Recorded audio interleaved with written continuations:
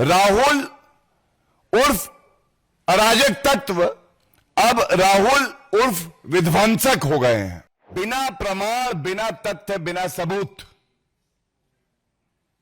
झूठ का कारोबार करने के लिए राहुल उर्फ विध्वंसक आरोप लगा रहे हैं कि राहुल गांधी जी अपरिपक्व, विध्वंसक, गैर जिम्मेदार और भारत के लोकतंत्र को कमजोर बनाने के लिए ही वक्तव्य देते हैं। आज की प्रेस वार्ता, जैसा हमने देखा, नेता प्रतिपक्ष राहुल गांधी, जिनको पूरा देश नेता प्रतिपक्ष कम, नेता अपरिपक्व ज्यादा मानने लगा है, और एक दशक से ज्यादा समय से राहुल गांधी जी की छवि जो बनी है भारतीय राजनीति में, वो छवि थी अराजकता की। संवैधानिक संस्थाओं को बिना प्रमाण के नष्ट करने का प्रयास, आरोप लगाना, लेकिन बड़े भारी मन से जो प्रेस वार्ता राहुल गांधी जी ने करी और एक संवैधानिक संस्था इलेक्शन कमीशन ऑफ इंडिया, निर्वाचन आयोग पे जिस तरह से बेबुनियाद आरोप बिना तथ्यों के झूठ बोल के लगाए, तो यह कहना गलत नहीं होगा, राहुल उर्फ अराजक तत्व अब राहुल उर्फ विध्वंसक हो गए हैं। अब वो विध्वंस करना चाहते हैं संवैधानिक संस्थाओं का, भारत के लोकतंत्र का, और बड़ी जिम्मेदारी से मैं एक बात कहना चाहता हूं, पूरा देश आज कह रहा है कि क्या नेता प्रतिपक्ष को यह शोभा देता है, आपके कोई भी आरोप हो, आपको हक है अपने आरोप लगाने का भी और मुद्दे उठाने का भी, लेकिन धमकी देना, क्या नेता प्रतिपक्ष किसी भी संवैधानिक संस्था को धमकी दे सकता है? तो पहला मुद्दा जो इस प्रेस वार्ता में मैं उठाना चाहूंगा, नेता प्रतिपक्ष के लिए अशोभनीय है, निंदनीय है, पीड़ाजनक है हमारे लिए कि वो संवैधानिक संस्थाओं को अब धमकी देने लगे हैं, और उनकी पूरी प्रेस वार्ता, उनके सारे बिंदु बड़े ध्यान से हमने अध्ययन किया, और यह कहना गलत नहीं होगा, बिना प्रमाण, बिना तथ्य, बिना सबूत झूठ का कारोबार करने के लिए राहुल उर्फ विध्वंसक आरोप लगा रहे हैं। और पूरी तैयारी से मैं आया हूं, आपके सामने तथ्य रखूंगा, और जनता तो ये मान चुकी है कि राहुल गांधी जी अपरिपक्व, विध्वंसक, गैर जिम्मेदार और भारत के लोकतंत्र को कमजोर बनाने के लिए ही वक्तव्य देते हैं। सबसे पहले, क्या नेता प्रतिपक्ष, कोई सांसद जिसने संविधान की शपथ ली है, वह संवैधानिक संस्थाओं के खिलाफ जंग छेड़ सकता है इस तरीके से? आप मोडिस ऑपरेंडी समझिए उनका, क्या मोडिस ऑपरेंडी है। पहले, क्योंकि विश्वसनीयता नहीं है, भ्रष्टाचारी है, बेल पे बाहर है, कांग्रेस पार्टी घोटालेबाज है, चुनाव हार जाते हैं। जब चुनाव हारते हैं तो स्टेप नंबर 2, ठीकरा कहीं फोड़ना है, तो ठीकरा फोड़ते हैं वो कभी ईवीएम पे, कभी वीवीपैट पे, कभी इलेक्शन कमीशन ऑफ इंडिया पे, कभी जनता को ही बुरा भला कह देते हैं और झूठे आरोप लगाते हैं बिना तथ्यों के, और कभी औपचारिक शिकायत नहीं देते हैं. No formal complaint is ever given. If you want to seek a remedy in law, Mr. Rahul Gandhi, I must remind you, our country, Bharat, India, is governed by rule of law, the Constitution of India. And there are forums to raise your complaint, but there is a procedure prescribed. You have to give a formal complaint. तो step number 2, कोई औपचारिक शिकायत नहीं. तीसरा, जब media में अनर्गल आरोप लगाते हैं, उसके बाद प्रमाण मांगती है कोई संवैधानिक संस्था, तो प्रमाण देने से मना कर देना. शपथ पत्र मैं दूंगा नहीं, डिक्लेरेशन मैं करूंगा नहीं. जो संवैधानिक संस्था है वो कहती है आप जो तथ्य कह रहे हैं वो गलत है, रिकॉर्ड पे कुछ और है, आप झूठ बोल रहे हैं, गलत है, और आप कहते हैं नहीं मैं डिक्लेरेशन नहीं दूंगा, मैं शपथ पत्र नहीं दूंगा, आपके तथ्यों का मैं जवाब भी नहीं दूंगा. जो मैं कहूं खाता ना बही, जो राहुल गांधी कहे वही सही. उसके बाद सबसे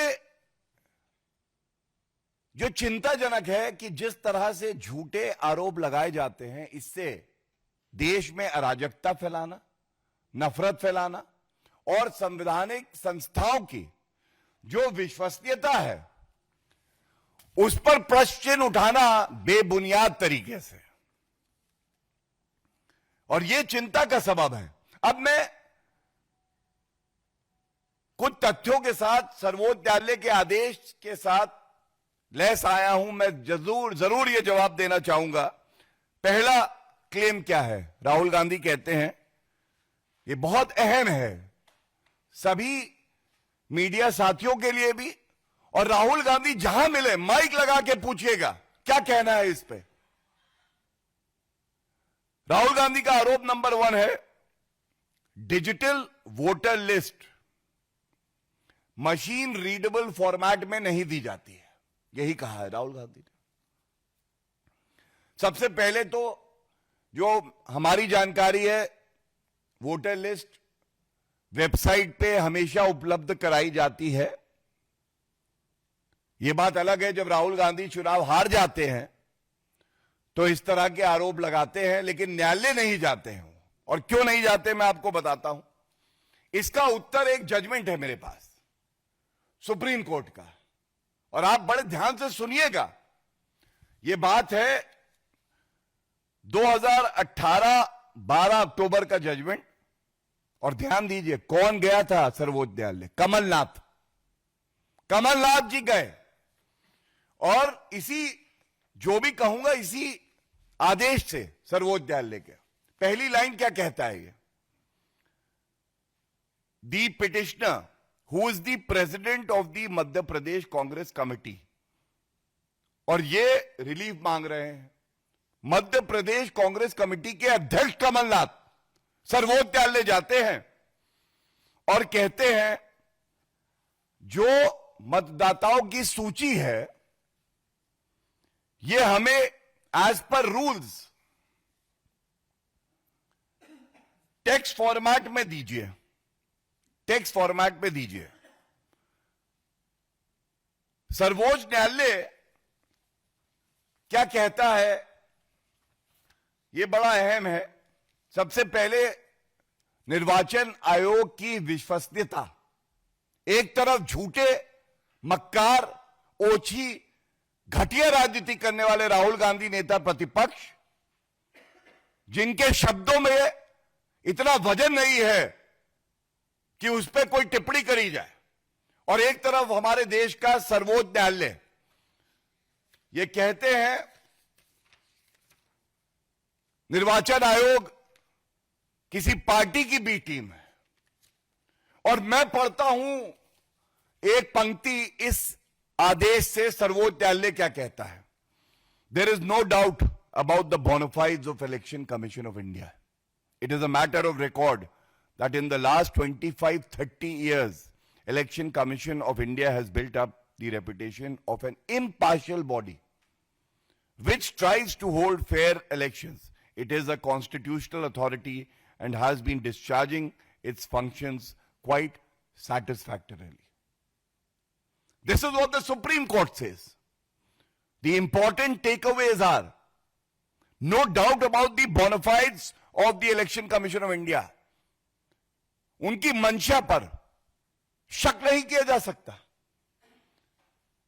25-30 साल से निर्वाचन आयोग निष्पक्ष संस्था के तौर पे कार्य कर रहा है और वो संवैधानिक संस्था है और अपने कर्तव्य का निर्वहन संवैधानिक तरीके से कर रहा है। ये राहुल गांधी को पढ़ना चाहिए, जो संविधान लेके घूमते हैं, दिखाते हैं, लेकिन अंदर क्या है उस संविधान के कभी पढ़ा नहीं राहुल गांधी जी ने। दिक्कत ये है सारी। इसके बाद जिस मुद्दे पे पहला आरोप लगा है मैं वो पढ़ देता हूं। सर्वोच्च न्यायालय ने क्या तय किया? सर्वोच्च न्यायालय ने तय किया, it is for Election Commission of India to decide about the format in which the draft electoral roll is to be published. और ये क्यों, मैं इसका सारांश बता देता हूं। जब इलेक्टरल रोल, जो हम जानते हैं कि कई लाख पन्नों पे चला जाता है, तो उसकी पीडीएफ कॉपी इमेज में ये दे दी जाती है। इनका कहना था कि वो सर्चेबल हो टेक्स्ट फॉर्मेट में। तो सर्वोच्च न्यायालय ने यह पाया, एज पर द रूल्स, जो भी रेलेवेंट रूल्स हैं, कि कोई आवश्यकता नहीं है। ये जो आप आरोप लगाते हैं और आपकी जो याचिका में प्रेयर है, निराधार है। इलेक्शन कमीशन ऑफ इंडिया कानून का पालन कर रहा है, बिल्कुल स्पष्टता से कहा। और इसके बाद एक और लाइन मैं पढ़ दूं। We are therefore of the opinion that the format in which the draft electoral roll is supplied to the petitioner fulfills the requirement contained in the election manual. जिस तरीके से निर्वाचन आयोग इलेक्टरल रोल को उपलब्ध करा रहा है सभी पार्टियों को, वो कानून संगत है, संविधान संगत है। इट मे बी एडेड, और ये बहुत अहम है, अगर कांग्रेस पार्टी जो कि चुनाव हारती है क्योंकि विश्वसनीयता नहीं है और उनको लगता है कि उनको इलेक्टरल रोल को बदलना है, तो सर्वोच्च न्यायालय ने भी कहा, और इसको मैं आपके समक्ष रखूंगा। सर्वोच्च न्यायालय ने कहा, it may be added that if the petitioner so wants he can always convert it into searchable mode, which of course would require him to put his own efforts. आप भी मेहनत करिए, आप बदल सकते हैं उसको, आज टेक्नोलॉजी है। अब राहुल गांधी जी अगर टेक्नोलॉजिकली साउंड नहीं है तो इसमें भारत का लोकतंत्र कुछ नहीं कर सकता, लेकिन बदला जा सकता है, यह सर्वोच्च न्यायालय कह रहा है। तो इसलिए पहले मुद्दे पे मुंह की खाई, गलत तथ्य बोल के गलत आरोप लगाना राहुल गांधी की आदत है। दूसरा, राहुल गांधी जी पुनः अपने विध्वंसक अवतार में कहते हैं सीसीटीवी फुटेज जो है ये नष्ट कर दिया गया। कोई भी चुनाव हो, सीसीटीवी फुटेज नष्ट कर दिया जाता है, कोई प्रमाण ना बचे। मैं इतना ही कहूंगा, अपरिपक्वता की पराकाष्ठा। कानून हम पढ़ेंगे नहीं, मेहनत हम करेंगे नहीं, आरोप हम पूरे लगाएंगे। और ठीक है, राहुल गांधी अपरिपक्व हैं, मेहनत नहीं करना चाहते, पढ़ना लिखना नहीं चाहते, लेकिन अधिवक्ताओं की एक फौज है कांग्रेस पार्टी में। चुनौती दे रहा हूं, क्यों नहीं उत्तर देते इस बात का?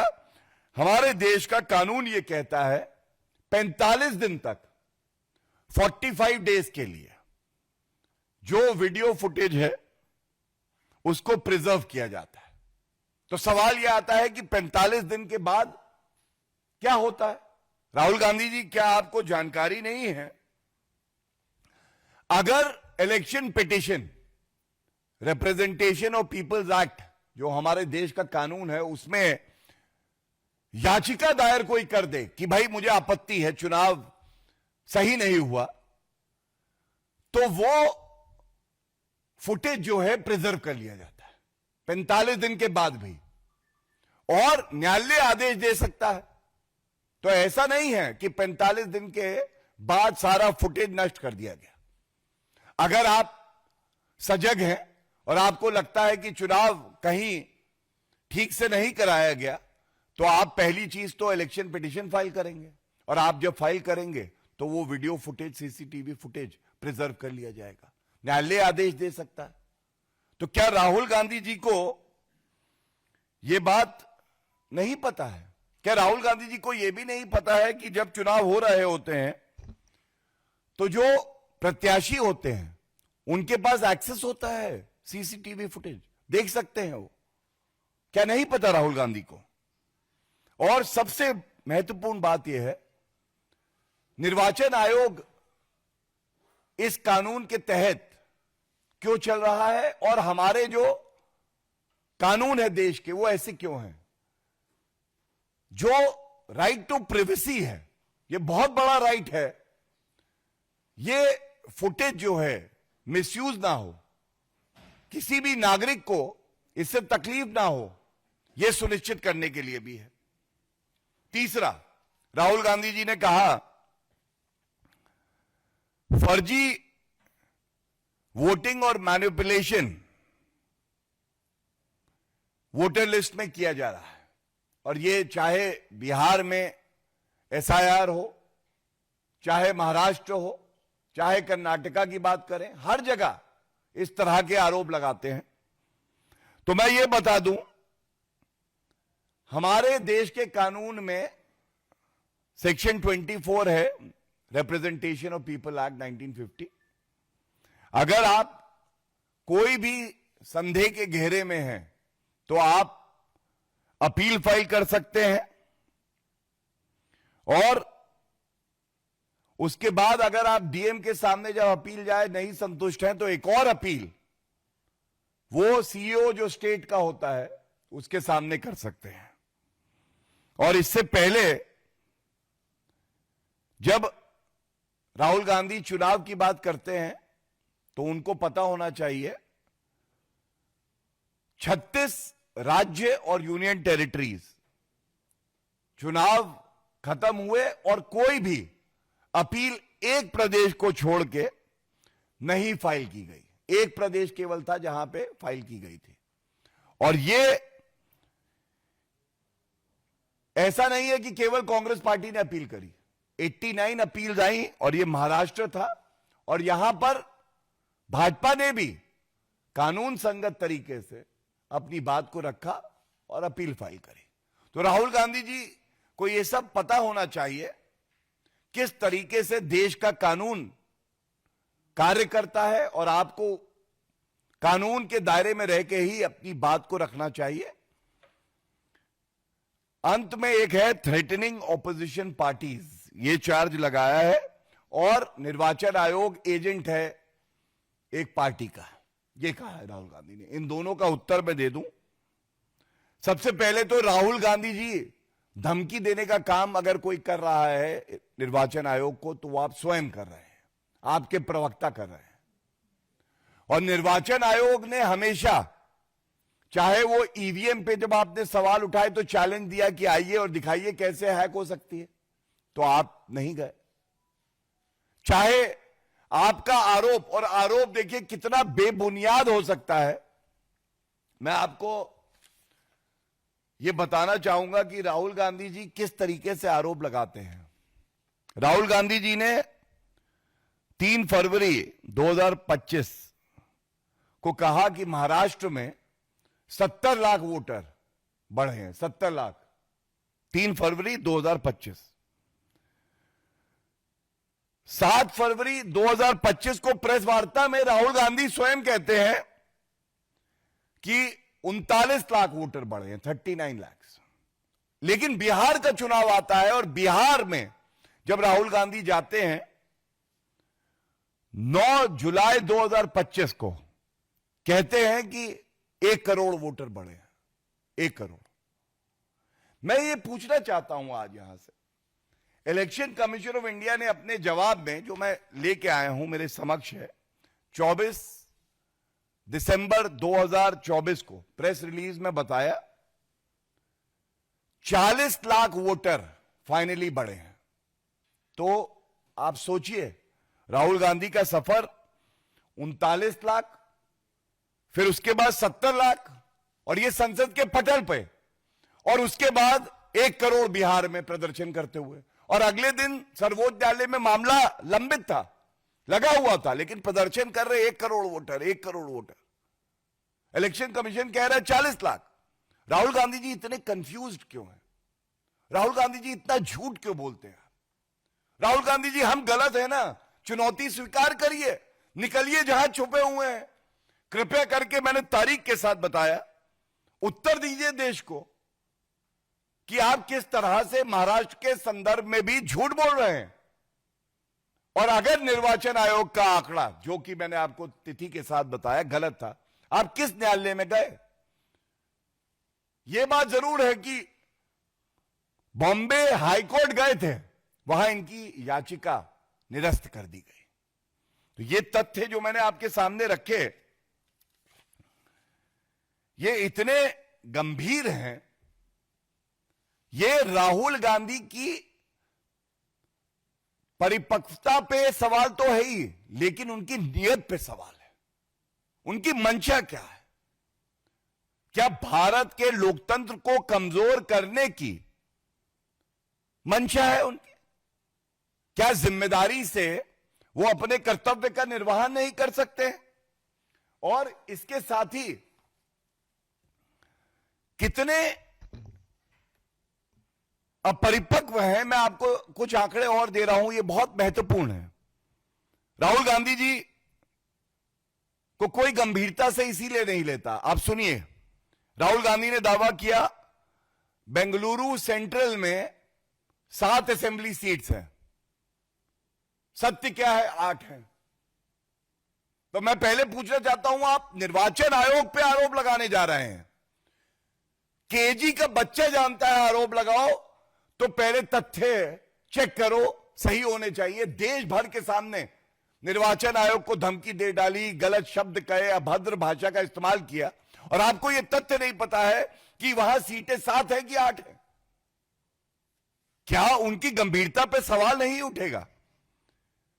उसके बाद उन्होंने कहा बेंगलुरु सेंट्रल में केवल 1 सीट बीजेपी जीती, महादेवपुरा। फैक्ट क्या है? 8 सीटें, 7 नहीं, 5 कांग्रेस जीती, 3 बीजेपी जीती। अपरिपक्व, झूठ बोलने वाले। तीसरा, उन्होंने एक व्यक्ति का नाम लिया, आदित्य श्रीवास्तव, कहा कि उसका वोट 4 जगह पे है। निर्वाचन आयोग ने उत्तर दिया कि उसका वोट केवल और केवल महादेवपुरा कॉन्स्टिट्यूएंसी में, और कहीं नहीं। इसी तरह से एक और व्यक्ति का उन्होंने नाम लिया, उसका वोट इन्होंने कहा 3 जगह पे है, निर्वाचन आयोग ने कहा 1 जगह। तो 4 गलतियां बता चुका हूं। और 5वीं, इन्होंने कहा कि 2024 के लोकसभा चुनाव में कांग्रेस पार्टी बेंगलुरु सेंट्रल जीत रही थी और वोटों की चोरी हो गई। तथ्य क्या है? 2009 में यह सीट अलग से बनी, और उसके बाद से हर चुनाव में भारतीय जनता पार्टी वहां विजयी हुई। हर चुनाव में 2009, 2014, 2019 और 2024। राहुल गांधी जी कह रहे नहीं, कांग्रेस जीत रही थी, वोटों की चोरी हो गई। तो मैं एक बात जरूर कहूंगा, अगर निर्वाचन आयोग पे आपको विश्वास नहीं, सर्वोच्च न्यायालय का मैंने जजमेंट पढ़ा, विश्वास नहीं, एक काम करिए राहुल गांधी जी, सबसे पहले अपनी सदस्यता जो है लोकसभा की, उससे इस्तीफा दीजिए। प्रियंका गांधी वाड्रा जी, आप भी सुन रही होंगी, आप भी इस्तीफा दीजिए।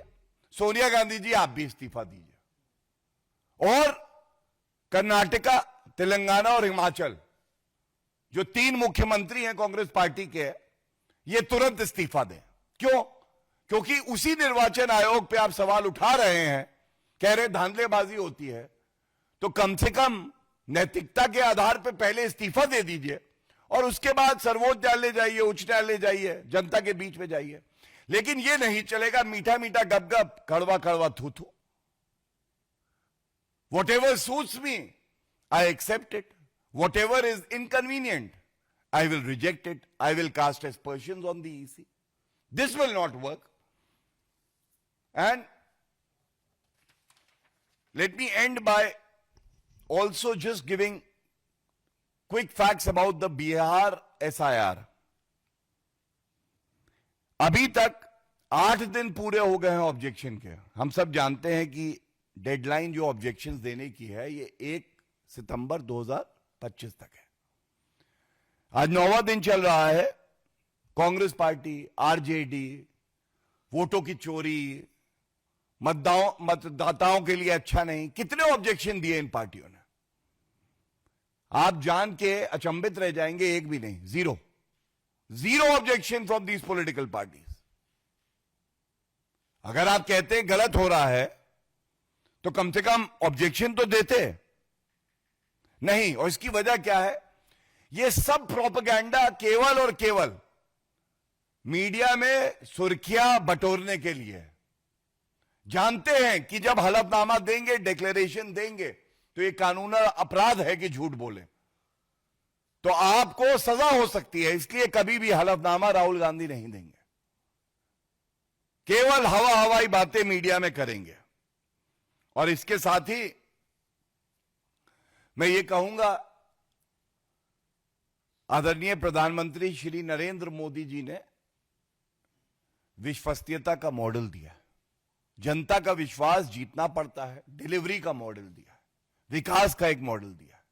और तभी बार बार भारतीय जनता पार्टी और जो एनडीए के घटक दल हैं वो चुनाव जीत रहे हैं।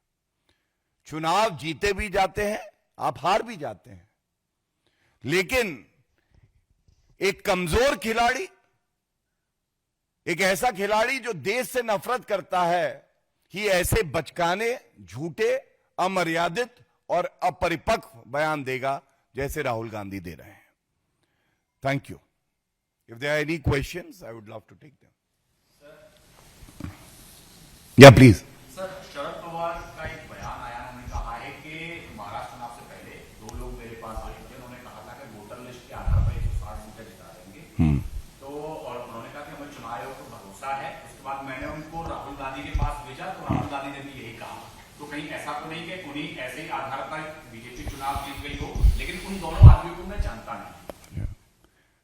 देखिए, क्योंकि आपने भी जो प्रश्न किया है ये जुड़ा हमारे इलेक्शन से ही है, मैं इतना कहना चाहूंगा कि अगर ऐसे व्यक्ति होते हैं जो इस तरह की टिप्पणी करते हैं, तो ये लोग राहुल गांधी और शरद पवार के पास ही क्यों जाते हैं? सबसे पहले इसका मतलब घोटालेबाज पार्टी कांग्रेस पार्टी, और ये लोग जिनकी कोई विश्वसनीयता नहीं है, कोई प्रमाण नहीं है, सिर्फ क्लेम्स हैं, ये लोग कांग्रेस पार्टी और शरद पवार जी जैसे लोगों को ही ढूंढते हैं। दूसरा, मुझे नहीं पता, लेकिन शरद पवार जी से यह सवाल जरूर पूछिएगा। नागरिक हैं, उनका भी कर्तव्य है जनता के प्रति, संविधान के तहत। जब ऐसे लोग उनके पास आए तो उन्होंने कोई फॉर्मल कंप्लेंट दी थी क्या? कोई शिकायत दी थी उन्होंने पुलिस को? क्या वो न्यायालय गए थे? चुनाव तो पार्टियां लड़ेंगी, कोई पार्टी जीतेगी, कोई हारेगी, लेकिन लोकतंत्र का सेनानी होने के नाते क्या उन्होंने कोई कंप्लेंट, शिकायत पुलिस में दी हो, या कोई प्रेस कॉन्फ्रेंस करके इस विषय को उठाया हो, निर्वाचन आयोग को कोई शिकायत दी हो, या न्यायालय गए हो? ये कृपया करके वो जरूर बताएं। मैं समझता हूं ये एक अच्छी शुरुआत होगी विपक्ष की तरफ से। सर, एक कपिल सिब्बल ने ट्वीट किया है और उन्होंने प्रश्न खड़ा किया है उपराष्ट्रपति के ऊपर, कहा कि इस टॉपिक पे पहले और कोई सवाल हो उसके बाद। Any other questions on the today's PC topic? अच्छा, हो गया, धन्यवाद। कोई प्रश्न नहीं है, अब आप पूछिए। कपिल सिब्बल ने कहा है कि देश जानना चाहता है कि उपराष्ट्रपति कहाँ है, सेफ है कि नहीं है, इनकम्युनिकेटेड क्यों है। देश के गृह मंत्री को उन्होंने बोला है उसने कि आपको पता है कि कहाँ है, उनकी सुरक्षा देश के लिए जरूरी है। देखिए, ऐसा है कि ये वही लोग हैं जब उपराष्ट्रपति के पद पे ये लोग सवाल उठा रहे थे उन पर, आज इन्हें चिंता हो रही है। लेकिन मैं as a matter of principle एक बात जरूर कहूंगा, हर नागरिक, हर व्यक्ति भारत के मजबूत लोकतंत्र में सुरक्षित है। अगर कोई नहीं सुरक्षित तो वो विध्वंसक लोग जो कि लोकतंत्र को तार-तार करना चाहते हैं, आतंकवादी, भ्रष्टाचारी, नक्सलाइट्स, ये सुरक्षित नहीं है। प्लीज। दूसरा सवाल है, आज वायुसेना प्रमुख ने प्रेस कॉन्फ्रेंस की और कहा कि ऑपरेशन सिंदूर के दौरान 5 लड़ाकू विमान, एक अवाक गिराया पाकिस्तान का भारतीय सेना ने, और ये भी कहा कि ये सब प्रूव हुआ, सैटेलाइट तस्वीरों से सब कुछ सामने आया। तो इस मुद्दे पर और इसी से जुड़ा हुआ विपक्ष भी कुछ सवाल उठा रहा था, दोनों का। देखिए, सबूत गैंग कहूं, पाकिस्तान प्रेमी गैंग कहूं, भारत विरोधी कहूं, राफेल का मजाक उड़ाने वाला कहूं, प्रधानमंत्री जी का सर तन से जुदा का ट्वीट करके डिलीट करने वाला गैंग कहूं, लेकिन यह करारा थप्पड़ तो है। हमारी सेना विश्व में सबसे वीर है, यह हर भारतीय का मानना है। आदरणीय प्रधानमंत्री जी के नेतृत्व में हमारी सेना को खुली छूट दी गई और उसने अपने शौर्य का, साहस का परिचय दिया। यह भी पूरे विश्व को पता चल गया। आतंकिस्तान थरथर कांपा हमारी ताकत देख के, यह भी सबको पता है। लेकिन फिर भी अगर कोई हमारी सेना पर, हमारे देश पर सवाल उठाता है तो वो राहुल गांधी और मैं कहूंगा गैर जिम्मेदार विपक्ष, जिनको आज मुंह छुपाने की जगह नहीं मिलेगी, चुल्लू भर पानी में डूब नहीं पाएंगे। हां, अगर वो हमारी वीर सेना पे भी विश्वास नहीं करते तो बात कुछ और है। That's it. Thank you so much everyone.